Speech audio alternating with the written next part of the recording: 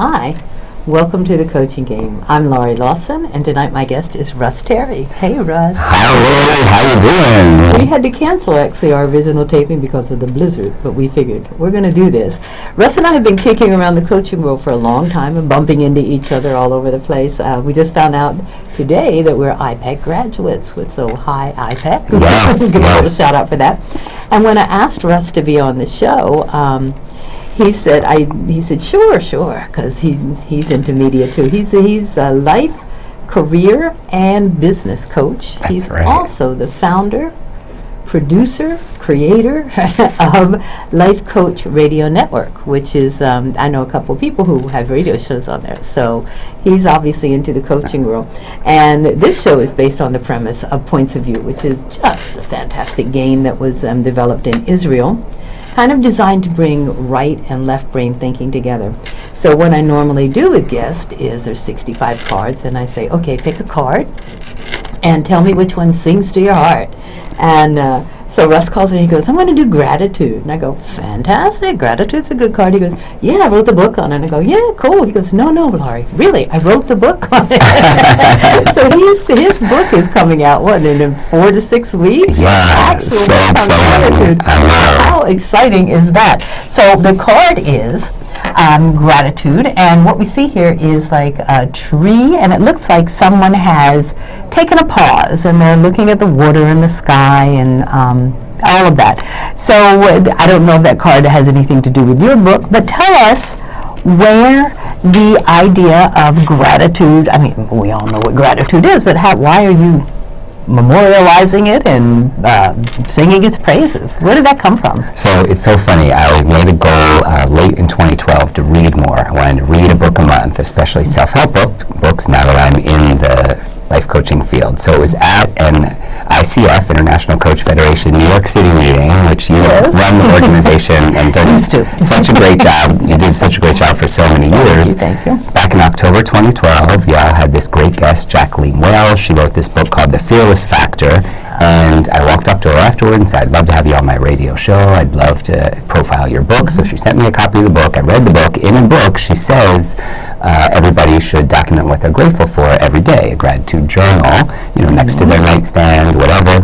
So I said to myself, oh my gosh, that's a great idea. Something clicked, huh? Something clicked that I want to make a book out of it.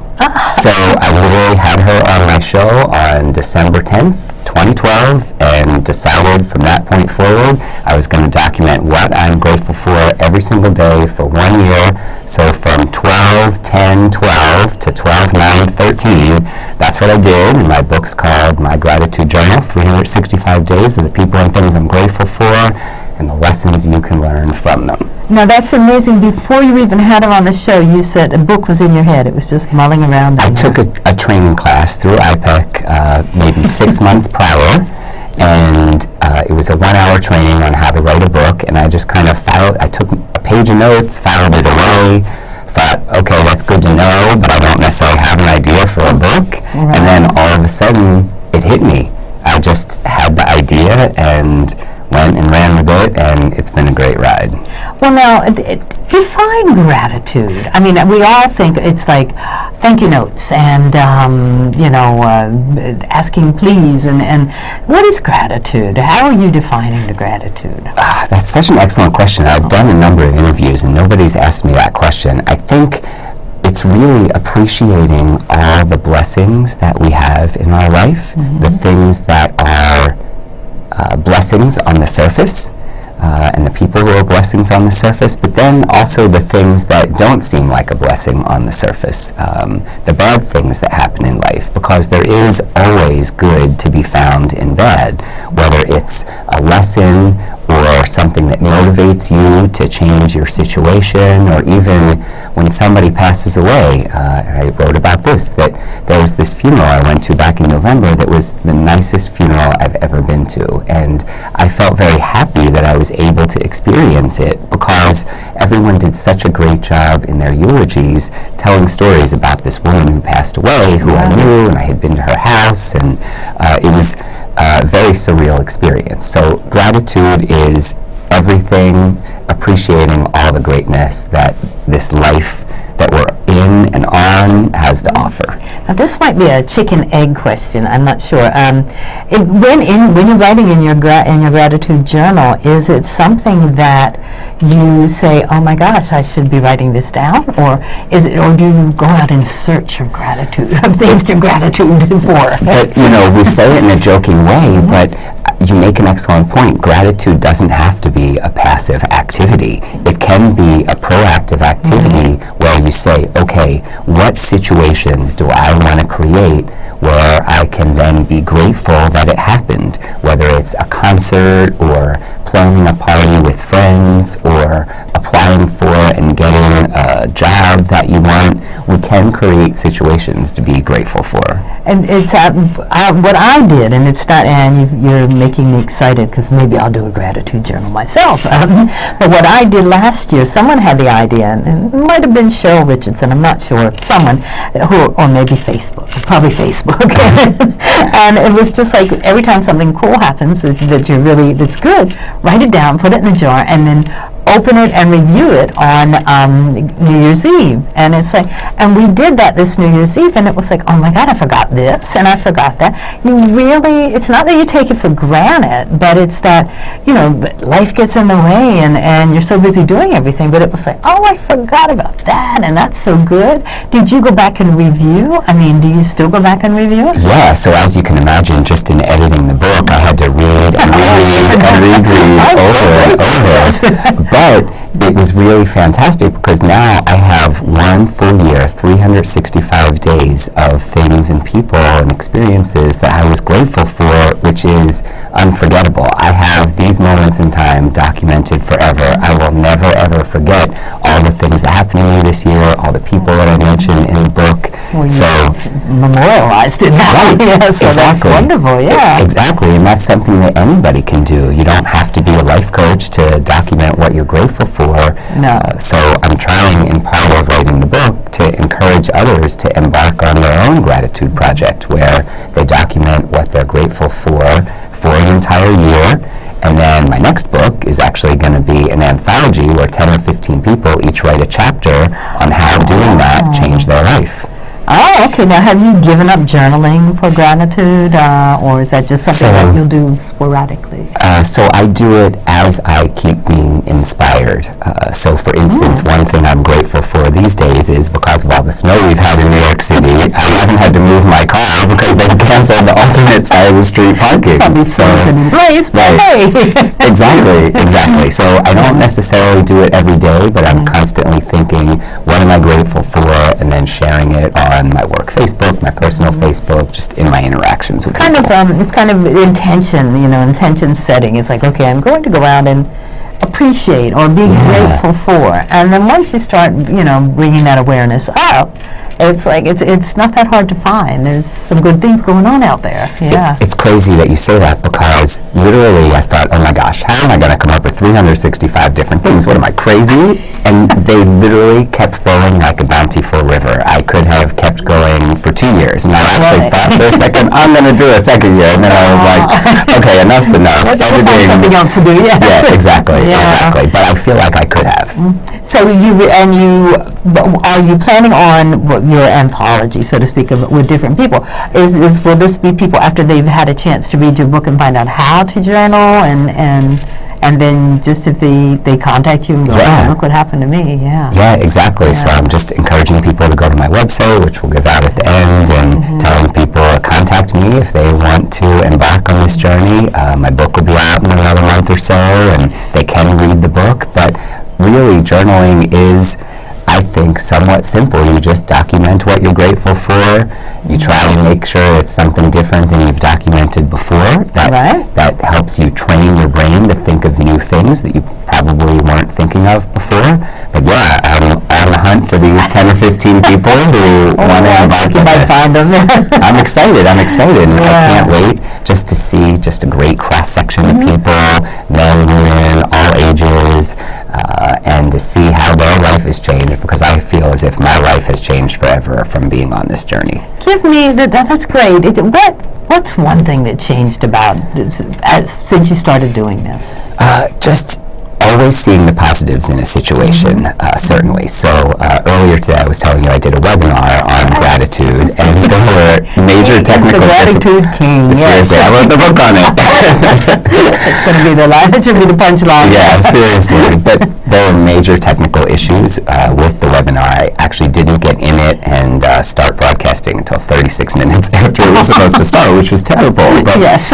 Instead of beating myself up for it, I was grateful that my roommate helped me out and finally lent me his computer when it wasn't working on mine. The tech support person, she stayed in the room and was helping me. The participants, a good number of them stayed in the room 36 minutes later until I finally started. Some of them stayed in the room late so they could hear everything. So even in what seemed like a bad situation, there were numerous positives.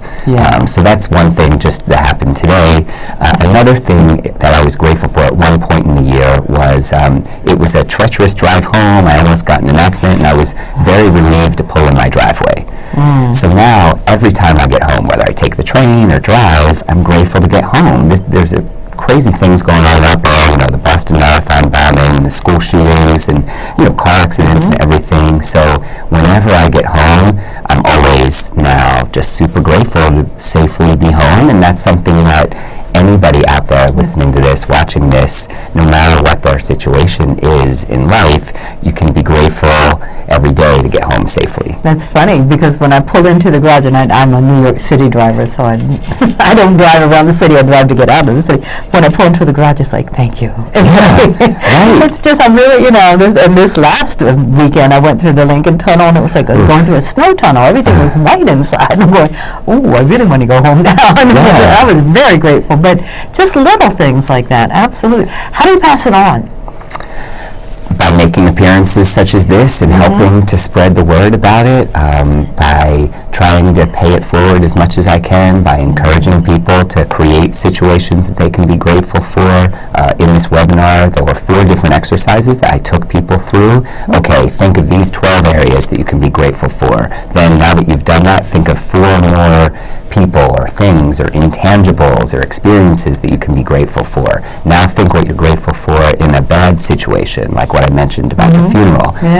So there are a lot of exercises that I'm giving in these webinars and workshops to encourage people to show gratitude, express gratitude in all different ways. Does gratitude beget gratitude?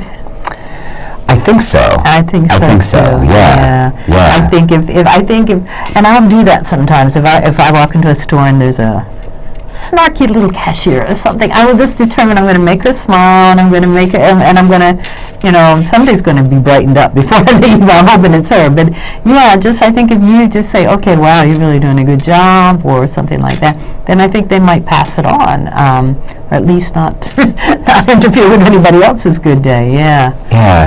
And I feel like I've always been a positive person, but this experience, doing this for a full year, has taken my positivity to an even higher level, and the people that are in my life have noticed it. So it really, really can change your life. That's amazing. I want to read, there's some really cool quotes in here on the gratitude page, because not only do they have the card, they have a story and all that, but some of the quotes are, even the obvious should be said sometimes. And Menachem Begin, he seemed to know what he was talking about. So it's like, I think it's kind of what you were saying. It's like, even though you're grateful to be home, it wouldn't hurt to say when you get home, boy, I'm grateful to be home, to let other people know I really appreciate I have this home. And just sort of pass it on. I really kind of like that idea. It's like, because we often, I think we're quick to criticize and quick to complain and quick to demand our rights, but we're not really quick to say, you know what, I'm really glad you're on my show, Russ. And I am really glad you're on my show. And it's like, and that you came in from Jersey, and we canceled because of the blizzard, and you still came in. So, so I think that needs to be said a lot. And I think the experience of journaling might make it more easily said. And it just creates a positive mindset. There's the power of positive psychology, and which is very strong right now. That's a whole new movement going on. Exactly. And experts say it takes 21 days to develop a habit. So you can imagine 21 times whatever, do the math to get to 365, that's a lot. That's a lot of happening. Yeah, you really develop a habit. And even when walking here today, I passed by a woman who was talking sternly to somebody on the phone. And I just thought, I find myself doing that hardly at all. Oh my gosh, because really? I just try and handle all situations positively, and sure, things come along like that, but I'm grateful, no pun intended, or pun intended. We're just going to use this card up. Grateful. That I see things in a positive way. I can take a deep breath when there's a seemingly bad situation, even with the technical issues like I was saying today. I just tried to stay calm, and yes, it was frustrating. I felt like I was cursed because I had issues on the webinar last week. But maybe webinar's not your thing. Right, exactly, but there's a lesson in everything. And that means, surround myself with people who are good at technology, because that's an area that I'm not as good at. So some of the questions that are there preparatory questions in your book for journaling? And we've been letting me like, well, what am I taking for granted? What could I be grateful for that I'm not being grateful for? So the book is mostly just the journal, so the 365 days. It's actually 300. So it doesn't necessarily tell people, this is how to do it explicitly, but hopefully by reading it, they'll see how I did it and then learn, okay, this is how he did it, let me apply that in my own life. So the beginning of the book is your story. Just very briefly in the introduction, maybe a page, and then I will start with, December 10th, 2012. I'm grateful for Jacqueline Wells, who wrote this book, The Fearless Factor. I'm grateful for the inspiration, the idea I had to write the book. So I get right into it, and then after each week, I say, what lessons have you learned in this week's worth of entries, and what changes can you make to live your best life? A little review, I like that. So people can keep a little journal. Certainly in the hard copy book, there are lines for it, so they can reflect on. I like that idea. So then, not only are you journaling, but you're eking out the lessons and saying, this was a great lesson that who knew? I love that. I can't wait for it to come out. Where's it going to be? Amazon, Kindle? Amazon, Kindle, Barnes & Noble. I'm going to do hard copy. Hard copy. So all of those things. Again, we'll give my website at the end. People can get in touch with me if they're interested, and then I can email them once it's out. Now, what about these webinars you're talking about? Are they for anybody, or are you doing them for a specific group of people? They're for anybody. So somehow the people at learnitlive.com got in touch with me and said, we'd love to have you do webinars, and the one today and one last week were free, so anybody can join them. Wow, nice. Is that on your website also? It's not, but it's learnitlive.com. And Learn at live? Learnitlive.com. Yeah. And are you going to be doing more? Yeah, I have one scheduled later in February 20th and the 27th. Oh boy, okay. Yeah. Fantastic. All right. So tell us a little bit about the Life Coach Radio Network, because when I saw a couple of people on there, I'm going, wow, this is so exciting. When did this come about? How long has that been around? So less than 9 months, which is crazy. Life Coach Radio Network. It's so popular already. Thank you. Everything that's been there. Oh my goodness, you should be. So Life Coach Radio Network started. Great. I know, May 1st, and then we premiered the second channel, International Life Coach Radio, in July, and then the third station, the Life Coach Chat channel, in September. So across the three networks, there have been 50-some hosts to this point, and we have more hosts in the queue coming up, premiering in February and March. And people can go to lifecoachradionetworks.com, lifecoachradionetworks.com for bios of all the different coaches who are on, links to all three channels. They can see all the different shows that we have. Tell me what the international radio channel is. So after Life Coach Radio Network, we needed a second station because on Blog Talk Radio, as you know, you can only have one show a day, and we have all these hosts interested. So how many shows do you have a day? Up to 3. So one each on each of the different stations. That's a commitment of time, because I do a couple of radio shows. Yeah, it's like, oh my gosh, It is, yeah. So coordination and guest and so the international channel has somebody from France, somebody from Vancouver Island, British Columbia, and then the rest of the hosts are from the continental U.S. Part of it is we needed a different name, and there were a couple of international people, so that's what we named it. But anytime I hear from someone, somebody said, hey, can I broadcast my show in Arabic or in Spanish? I say, yeah, the International Life Coach Radio would be perfect for you. Oh, okay, yeah. Okay, because I'm doing an international that we just launched, and my co-host is in India, and it's a challenge, and then you have a guest from France, and it's like, oh my God, we're Skyping and we're really going crazy there, but yeah, it's a lot of fun. So what is the goal of each show? I mean, what's the mission? That's an excellent question. I'd say the individual hosts probably have different missions, but overall, the goals of the networks are to get free coaching, free wisdom to the public. Certainly, they can listen for free on their iPhone, on their computer, and then also to help expand the profile of the coaches who are on by now having a platform of stuff to talk about. And you know that as a host yourself. Right. It really helps to be able to have an intelligent discussion about a certain coaching topic or a certain topic that helps people. And then also, from the coach's standpoint, a lot of them say they really appreciate the community that's been built, that there are 40-some colleagues from all over, not just the U.S., but outside of the U.S. International network, which is wonderful. It's really wonderful, yeah. So I'm really proud of everything that's built, and I'm really appreciative of all the listeners and all the hosts and all the coaches who are on. It's been a great ride. I have to tell you, my Indian co-host is going to be crushed. He thinks that he launched the first Indian. That's when he contacted me.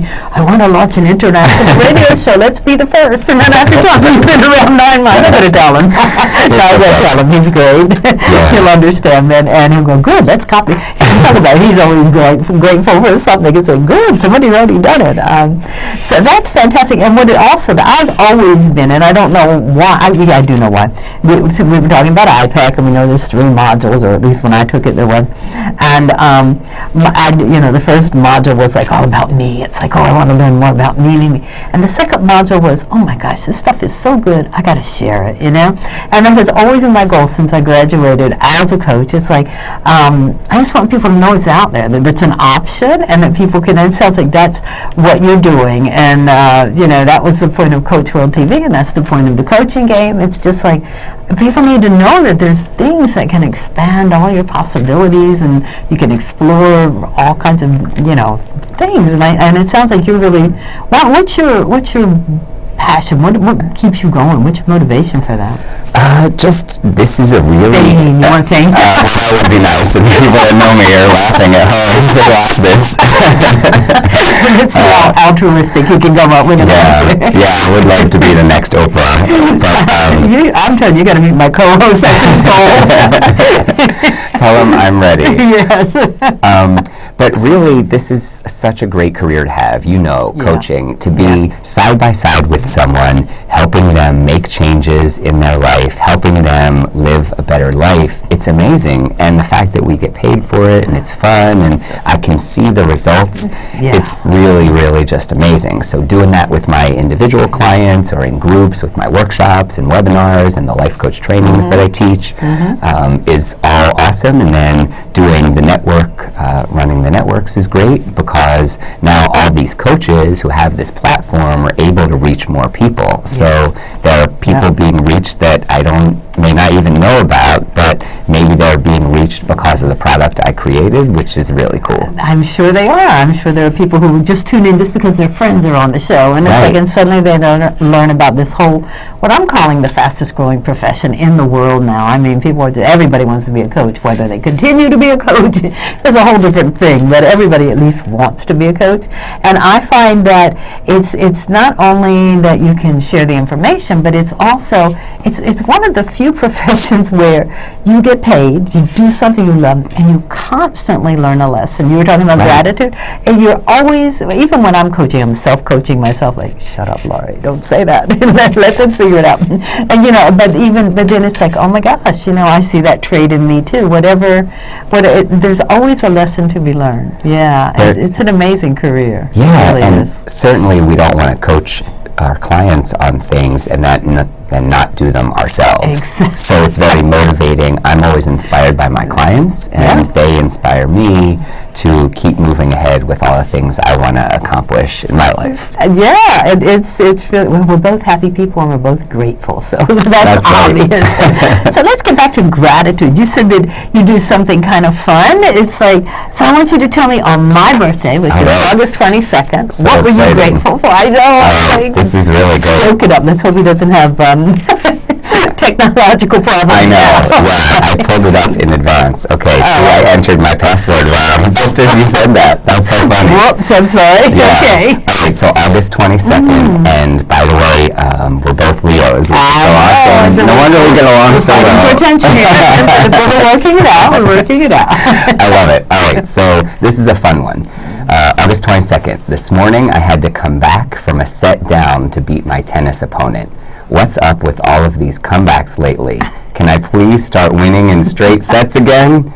Anyway, my opponent complimented me on my mental stamina. I am glad that I possess it and use it. So the lesson for this day, lesson number 148 in the book, it's hard to have mental toughness on the court and in life, but if you can sustain your intensity and drive until you reach your goal or goals, you will be incredibly happy and proud of yourself that you did.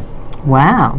And I can happen to see, because I had my glasses on, this was lesson 148. So you are not playing around. Yeah, there are There's more than 212 lessons in the book, which is ironic. It ended up at that number, but that's the area code here in New York City. There you go. Well, I believe in all that stuff. I do too. I do too. And I experienced a lot of my things to be grateful for here in Manhattan. So you're doing, you do a daily lesson. I mean, people can do this. There's no set rule on how to journal, right? This is just to do the impetus, like Jacqueline was for you. It's like, just get started and see what comes out. You never know. Yeah. Right. What is the actual name of your book? So my book is called My Gratitude Journal, 365 Days of the People and Things I'm Grateful For and the Lessons You Can Learn From Them. Wow. Okay. And do it wherever near you soon. Yes. And you can find out more about this at Russ's website, which is good work, which is at the bottom of the page at RussTerryLifeCoach.com. That's right. And how can they tune in your radio show? They can just go to LifeCoachRadioNetworks.com. That's LifeCoachRadioNetworks.com and search for me and any of my colleagues. And are the agendas listed up, the topics and everything? You can, at the top of the website, you can click on all 3 stations, and then when you go to the station, it has on-demand episodes, upcoming episodes, whatever people want. Oh, you're much fancier than me. We got to step up our game. Be international. No, there's room for plenty. Absolutely, Russ. It is. I am serious when I say I'm very grateful that we finally got this together against all odds with the weather and everything else, and that you were on the show. This is, and I can't. I'm thrilled that there's a gratitude card and that you are the perfect example of it. So thank you so much for being on the Coaching Game. And I look forward to reading your book. Thank you. I'll put you on the list. I appreciate that, and I'm seriously grateful to be on. Yay! Okay. Well, thank you. Thank you for tuning into the Coaching Game. Bye-bye.